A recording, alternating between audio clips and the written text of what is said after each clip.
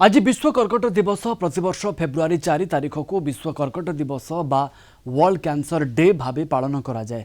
कर्कट रोगर प्रतिरोध शीघ्र चिन्हट और उपयुक्त चिकित्सा पई लोकों को सचेतन करने ए दिवसर मुख्य लक्ष्य। चलित वर्षर थीम रही यूनाइटेड बाय यूनिक। यार अर्थ होउछि प्रति व्यक्ति कर्कट सहित लड़ईर कहानी अलग बा नियारा, किंतु आमे समस्ते समान एवं उन्नत चिकित्सा पई एकजुट होई कार्य करिबा आवश्यक। ते भारत में कैंसर चिंताजनक स्थिति प्रतिवर्ष प्राय 15 लाख रु अधिक नुआ कर्कट रोगी चिन्हट होउछंती।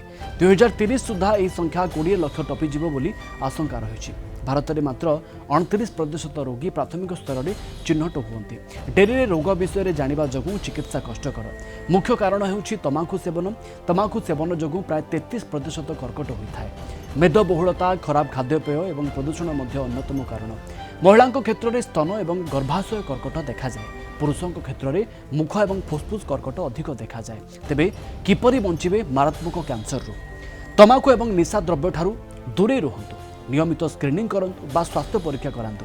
सुषम खाद्य खांतु और नियमित व्यायाम करने को आदौ भूलंतु नहीं। ए अवसर में विभिन्न स्थान में सचेतनता कार्यक्रम करा जाउछि।